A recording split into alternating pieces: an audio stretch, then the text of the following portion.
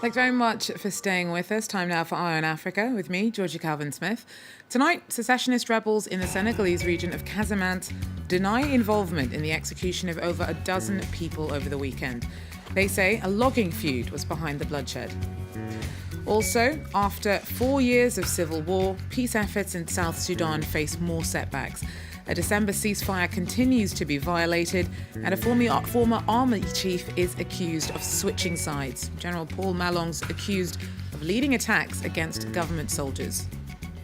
And South Africa is hoping to come up with a new look for its clothing industry. For decades, it was one of the biggest textile producers on the continent.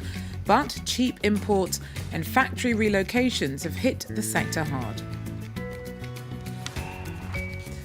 Well, first, Senegal began 2 days of mourning on Monday after 13 people were massacred over the weekend in the region of Casamance. Armed secessionist rebels from the area have denied involvement in the bloodshed and blamed the killings on a feud between illegal logging rings. Nicolas Chemin tells us more. In Ziguinchor, residents are still stunned after 13 men who were fetching wood were killed in a nearby forest on Saturday. In recent years, the Senegalese region of Casamance had been calm. Relatives buried their loved ones on Monday. The son of one victim said his father had just been trying to earn a little money. He didn't have any choice. He couldn't find work here in Ziguinchor, so he went to the forest. We know it's dangerous there, but he had no choice. He was looking for firewood. The MFDC, the rebel movement that has campaigned for the independence of Casamance since 1982, said it had nothing to do with the attack. Instead, it claims it was carried out by local officials at the head of a network of illegal teak logging. The mayor of the provincial capital believes the attackers were not involved in the region's ongoing peace process between the rebels and the government. According to our information, it might be a group of people that were not fully included in the peace talks. Or maybe they did not like the latest development, and that's what pushed them to commit such acts. The current Senegalese president Macky Sall came to power in 2012. Analysts say that since his election, the peace process with the Casamance rebels has made progress. Hopes are fading that the latest ceasefire signed in South Sudan could mean the end to over 4 years of bloody civil war. On Monday, Juba accused the man who'd led President Salva Kiir's military campaign of being a rebel himself and of ordering recent attacks against government forces. Now, that's former Army Chief of Staff General Paul Malong, who was sacked last May. Fighting between rebels and soldiers continues, despite a deal signed between Kiir's government and armed opposition groups in Ethiopia in December. Malong was long one of Salva Kiir's closest allies. Sam Mendick now tells us more about why the government's so convinced that he's switched sides. Last week, there was an audio tape leaked to social media which allegedly had General Paul Malong's voice ordering opposition fighters to take up arms and attack government positions across the country. Malong has denied that this was him, saying that it was fabricated, but in lieu of that denial, the government is even more convinced that he is now a rebel and has switched sides. And so this is significant because this is the first time that there would be a potential fracture amongst the Dinka tribe, which is President Salva Kiir's tribe, as well as Malong's tribe, and is the largest tribe in South Sudan. And so it sort of gives a new face to the war because this hasn't really been seen yet. So tens of thousands have died since fighting first broke out in December 2013. The war's caused Africa's biggest refugee crisis. In reality, where does the peace process stand at the moment? So on New Year's Eve was the latest attempt at a ceasefire. There have been several over the past, more than 4 years, and this was the latest one. But within 4 hours of that ceasefire coming into effect on New Year's Eve, it was already broken, with both sides blaming the other for violations. So since New Year's, there's been multiple violations. Currently, the second phase of the high-level peace talks are scheduled in Ethiopia for February, but people are already skeptical due to everything that's transpired in the past 2 weeks. And the U.S. has already said that this is the last straw. So this is the last chance for South Sudan to sort of pull itself out of war and aim towards peace. And otherwise, they're looking towards targeting people, creating more sanctions, and implementing new measures. Sam Mednick there for us in Juba. Look now at some news in brief. Zambian authorities are racing to contain an outbreak of cholera. A Across the country, at least 58 people have died of the disease since September. A curfew's been brought in for the Kanyama township in Lusaka, and elsewhere in the capital, street vending of fruit and vegetables has been banned, as have public gatherings. Investigators originally thought that water from shallow wells was responsible for the spread of the contamination, but it's now thought that contaminated food is more likely to blame. Egypt has dates for its next presidential election. They'll be held over 3 days between March 26th and March 28th.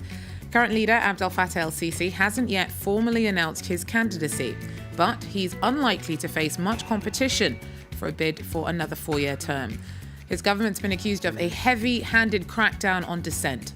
Nearly all prominent critics of Cairo have ended up in jail, left the country, or gone silent. Hundreds of websites have also been blocked and unauthorized demonstrations banned. Somaliland's passed a landmark law against rape. In the past, victims could be forced by their families to marry their abusers. The change comes after years of lobbying by women's rights activists. In 1991, Somaliland declared itself independent from Somalia, where there still is no law against rape. 2 days of mourning began on Monday for the 48 people believed to have died in recent severe flooding in Kinshasa. The extreme weather, which began last Wednesday, eased off on Sunday, but caused landslips and mudslides in the Congolese capital. The poorest neighborhoods, many located on hills in the city, were hardest hit. The government said that it's offering financial help to affected families who now face arranging funerals for their relatives. Many people, though, are still angrily accusing authorities of not having done enough to foresee the dangers. What is happening in Kinshasa is unacceptable. We citizens and the people in power need to recognize that there is a city planning problem in every city in DR Congo. I think everyone in power is smart enough and everyone knows the situation in this country. There's a city planning problem. There's a lack of drainage and the city is very dirty. Here on June 30th Boulevard, the sewage system is already full. There's too much sand. The drainage doesn't work. All over DR Congo, cities haven't been properly urbanized. Well, for decades, South Africa was one of the biggest producers of clothing on the continent. But cheap imports, job losses and factory relocations have hit the sector hard. The government's trying to stitch together a plan to revive an industry that has huge economic potential, though. Take a look. He's been in the clothing industry for over 50 years and now he owns this Cape Town garment factory. But for Christopher Kinross, staying open is a fight. He's battling cheap Chinese imports from one side and international fast fashion brands like Zara and H&M on the other. So every time you go into a Zara store, there's something new for you. So they attract the customer back again and again and again. And that's the secret. So we've tried to develop ourselves to be a Zara-type supplier. Smuggling is another challenge. The Clothing and Textile Workers Union estimates almost half of all clothes are imported illegally to avoid taxes. And in the last 20 years, the industry shed around 2/3 of jobs. But in an effort to stem the tide, the government has been offering grants and loans. For much of the last 5 years, we've seen a radical reduction in job losses. Okay, so where we used to lose something like 15,000 jobs a year, we started losing around 2,000 jobs a year. Okay, and that for us was the beginning of a tentative turnaround. Foreign investment is also key, but international companies often go to poorer countries like Lesotho or Madagascar, where labour costs are lower. Any country always welcomes outside investment because it grows the cake. Our problem is we've got a high unemployment rate, we need to grow the cake. There are signs of recovery. Czech textile company Pegas Nonwovens has announced plans to build a $74 million factory. With unemployment approaching 30%, South Africa needs all the help it can get for its clothing industry and the country. Well, that's it for Iron Africa for now. Thanks very much for joining us. Do so again if you can. Take care.